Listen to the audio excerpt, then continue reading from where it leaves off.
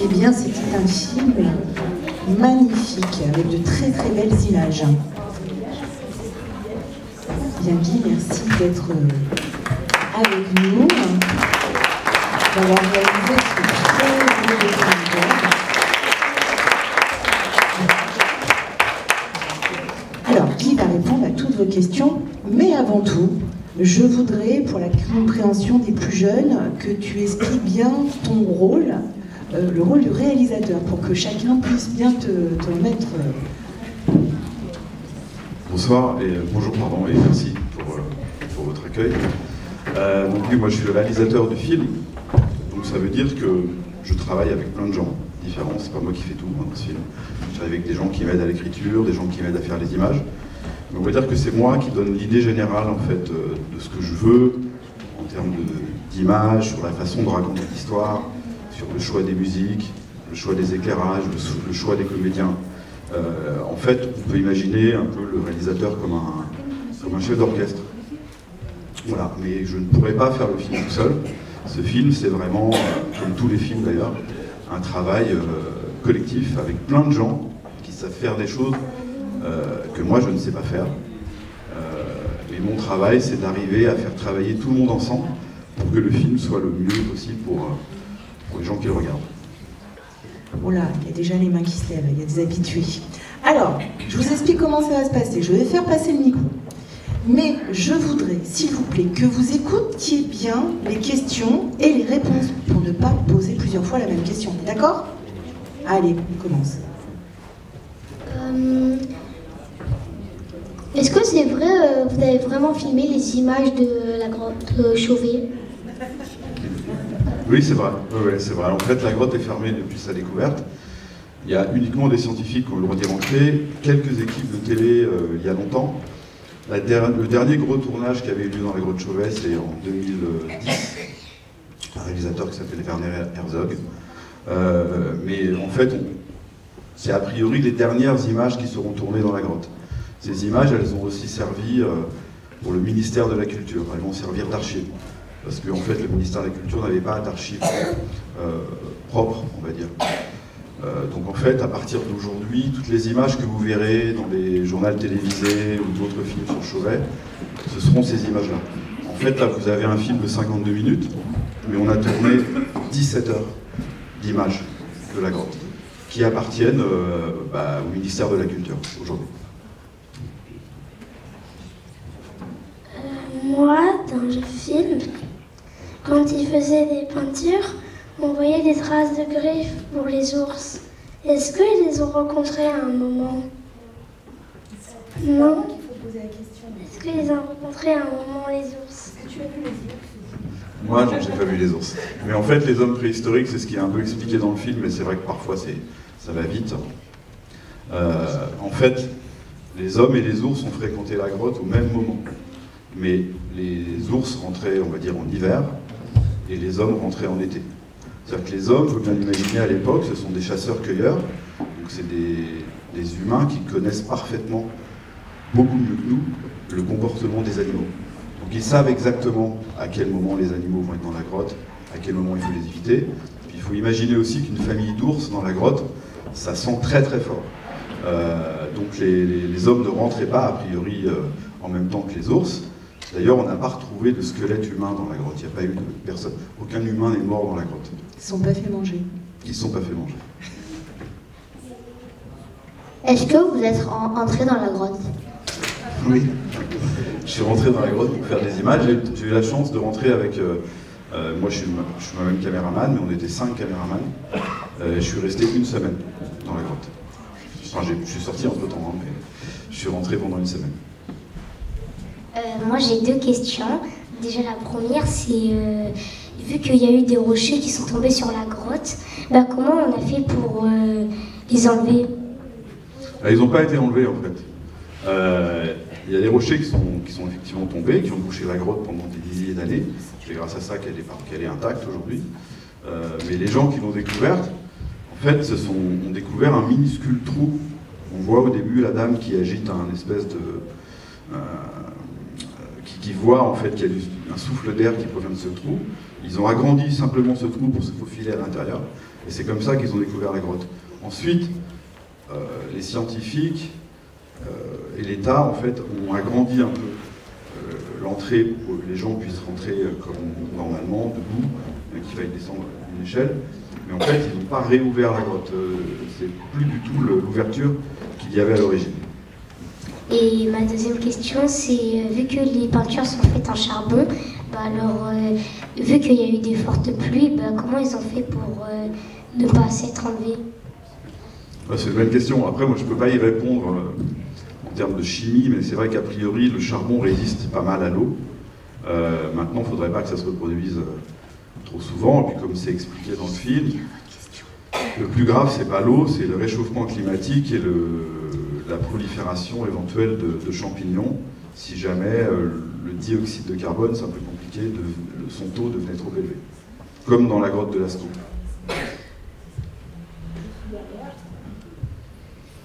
Comment elle a fait la pluie pour entrer dans la roche et pour que ça s'inonde?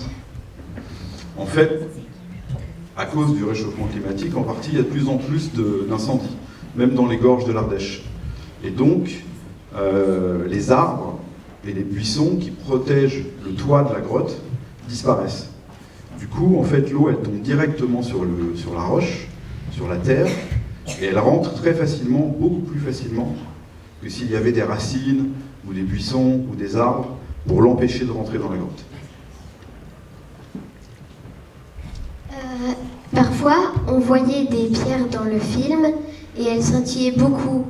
Mais ça scintillait aussi quand c'était à l'ombre, et la plupart du temps, ça scintille quand c'est au soleil. Donc, est-ce que c'est des effets spéciaux, ou c'est juste incroyablement beau? Ouais, alors là, pour le coup, il n'y a aucun effet spécial, sur toutes les images de la grotte. C'est incroyablement beau. C'est-à-dire que c'est des cristaux qui réagissent au moindre point de lumière, surtout quand ça se déplace. Et c'est vrai que c'est ce qu'on voit dans la grotte originale et que vous ne verrez pas dans sa réplique en Ardèche à Chauvet 2, bien qu'elle soit très réussie, c'est cet effet de scintillement des parois. C'est beau, ça je vais la garder, c'est incroyablement beau. Alors, j'aimerais savoir, dans la grotte, on voit qu'il y a des moments, il y a des formes qui sont très fines, et comme il y a la pluie qui vient et qui inonde, comment ça fait pour pas se casser? En fait, aujourd'hui, il n'y a plus de... La grotte, l'eau dans la grotte est partie, est complètement partie. Et en fait, c'est des milliers d'années, des petites gouttes, les unes après les autres, qui vont former ce qu'on appelle des stalactites et des stalagmites. Et après, ces formations, on va dire, calcaires, elles se font dans des formes très différentes, des couleurs très différentes, en fonction de la quantité d'eau, en fonction peut-être de l'air qui passe par là, en fonction de la forme du plafond. Pour l'instant, ça résiste. Après, ça a aussi très bien résisté parce qu'il y avait beaucoup de grottes, il en existe sans doute encore, qui étaient aussi belles que Chauvel, mais le fait d'être restée ouverte, le vent s'est engagé, la chaleur s'est engagée, et ça a tout asséché. Et du coup, il y a beaucoup de ces très belles compressions que tu vois, les drapés, on appelle ça des fistuleuses, elles se sont cassées, elles se sont asséchées, elles se sont cassées. C'est parce que la grotte Chauvet est restée fermée, et parce qu'elle est toujours fermée, et qu'il y a une espèce elle est confinée en fait, il y a une température qui est toujours la même, un taux d'humidité qui est toujours le même, c'est pour ça que ça se conserve. Alors, une petite question là, et si les grands enfants ont des questions, je passe le micro derrière. Ok, j'arrive après. Est-ce qu'elle existe, la grotte? Oui, elle existe. J'y suis rentré. Elle existe vraiment en Ardèche, mais il n'y a pas de panneau, il n'y a rien qui indique sa présence.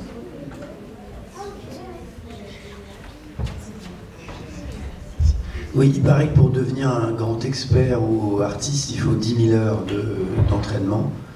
Donc là, il y a un truc qui cloche et qu'il n'y a pas de brouillon, quoi. Où est-ce qu'ils ont appris? Où sont les 10 000 heures de dessin moches, quoi? Ben ça reste un mystère, en fait. Il n'y a pas de grotte, en fait, ce qui est compliqué pour la grotte Chauvet, c'est qu'il y a énormément de grottes ornées qui ont été découvertes dans les gorges de l'Ardèche, mais il n'y a pas de grotte antérieure à la grotte Chauvet qui pourrait faire penser qu'ils se sont entraînés ailleurs. Bon, après, je pense qu'il faudrait poser la question à Gilles Tosello et Carole Fritz, qui sont les spécialistes, mais une des suppositions, c'est que c'était un apprentissage. Il y avait des maîtres qui apprenaient en regardant les autres, et puis des plus jeunes peut-être qui regardaient, et puis à un moment donné que ce n'était eux aussi à décider. Ensuite, il y a quand même des raclages, il y a des grands raclages par endroits, peut-être que ça a été pour refaire, mais c'est toujours très compliqué parce que en fait il y a peu de superposition, par exemple le Chauvet, le dessin, donc ça reste un mystère. Pour le feu, comment il prenait un silex pour le feu et une sorte de pierre à feu avec du soufre, mais où est-ce qu'il trouvait ces éléments? En fait, il faut bien comprendre que le feu, pour ces hommes-là, c'est quelque chose de vital. Ils savent faire du feu de plein de façons différentes. Effectivement, soit avec du silex. Après, ils prenaient... Là, on l'a vraiment allumé comme ça. On avait sur le film un spécialiste des comportements des Homo sapiens. Et donc, il l'a vraiment allumé, lui, avec donc un silex et puis un petit peu de mousse séchée. Et il commence par mettre cette mousse séchée dans un petit ossement. Et cette mousse séchée, il arrive à l'allumer grâce au silex. Il rajoute quelques brindilles. Et c'est comme ça que petit à petit, ça fait une flamme qui va permettre d'allumer un foyer. Il y a plein de techniques différentes, mais il faut imaginer que pour ces gens-là, le feu, c'est vital. Donc déjà, il est souvent allumé. Et en plus, ils savent très bien l'allumer. Tu as 2-3 minutes pour nous expliquer la découverte du feu, s'il te plaît. Non, c'est pas je suis pas du tout... je suis pas archéologue, en fait, spécialisé dans la préhistoire. Désolé. Comment il faisait pour la peinture rouge? En fait, c'est expliqué un petit peu, c'est un composant chimique qu'il trouve partout, qui est rouge, on appelle ça de l'ocre. Vous en avez dans le Vaucluse, par exemple, des très beaux canyons d'ocre. Ils le prennent et ils le mélangent avec de l'eau, puis des huiles animales, voilà, pour en faire quelque chose d'un peu liquide et en même temps pâteux, qui va rester bien accroché sur la paroi. Et vous avez vu, en fait, soit ils le mettent en l'appliquant sur leur paume et en faisant comme ça, soit ils le mettent dans la bouche et ils le soufflent pour faire le contour des mains, pour faire ce qu'on appelle des points soufflés. C'est des ronds, en fait, qu'on a trouvé dans Chauvet.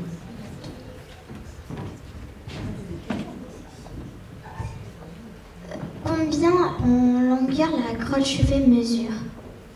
Je me souviens plus, en fait. C'est dit dans le film, mais j'ai oublié, parce que ça fait 1 an qu'il est fini, et c'est une bonne question. Je crois que c'est 200 mètres, en fait, de profondeur. Mais à vérifier avec vos maîtresses.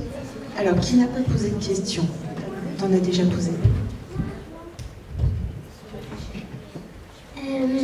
Dans le film, on voit qu'il y a des hommes préhistoriques, mais c'est des vrais ou pas? Non. C'est des acteurs, en fait. On a travaillé avec des acteurs et avec des gens qui sont spécialistes des vêtements, des outils, et tout ça a été reconstitué avec des spécialistes pour qu'on soit le plus proche possible de ce à quoi ils ressemblaient. Il y a un gros doute, c'est sur les coiffures. Voilà, c'est plus compliqué aujourd'hui de savoir comment ils s'étaient coiffés. Là, on est parti des coiffures que les gens avaient, que les comédiens avaient. Quand ils faisaient leur ocre avec leurs mains, quand ils soufflaient, ils n'étaient pas malades quand ils avalaient parfois de l'ocre? Je sais pas, je crois pas, je pense pas, c'est assez naturel comme matière. Donc, Vous prenez comment la nourriture à chaque fois que vous sortez? Vous sortez quand vous en avez besoin ou quand vous en amenez? Tu parles de l'équipe ou tu parles des hommes préhistoriques? De l'équipe, nous? Non, nous, on est resté, parce que c'est limité, donc on est resté... on était limité à 2 heures de tournage par jour, 2 heures à partir du moment où on commençait à filmer, et le moment où on arrêtait de filmer. Mais comme il y avait beaucoup de matériel, il nous fallait à peu près 1 heure pour descendre le matériel, 1 heure pour ressortir. Donc on restait à peu près 4 heures par jour dans la grotte. Donc on y allait tôt le matin, il faut à peu près, pour monter avec le matériel, on laissait des choses sur place, parce que c'est quand même beaucoup. Il y a à peu près 20-25 minutes de marche pour monter jusqu'à la grotte sans monter. Donc en fait, on restait 4 heures dedans et on sortait en général à l'heure du déjeuner pour manger. L'après-midi, on retournait plus dans la grotte. Alors on va être obligé de s'arrêter parce qu'il y a une projection après avec un autre très beau film. Guy, de toute façon, est dans la cour, donc vous pouvez continuer à lui poser des questions. Sachez qu'il y a des ouvrages au stand des livres donc sur la grotte Chauvet pour les petits et pour les grands. Et surtout, il y a un prix du jury pour les films. Donc surtout, votez bien quand vous sortez pour dire que vous avez adoré, évidemment. Merci. Bravo à tous et merci.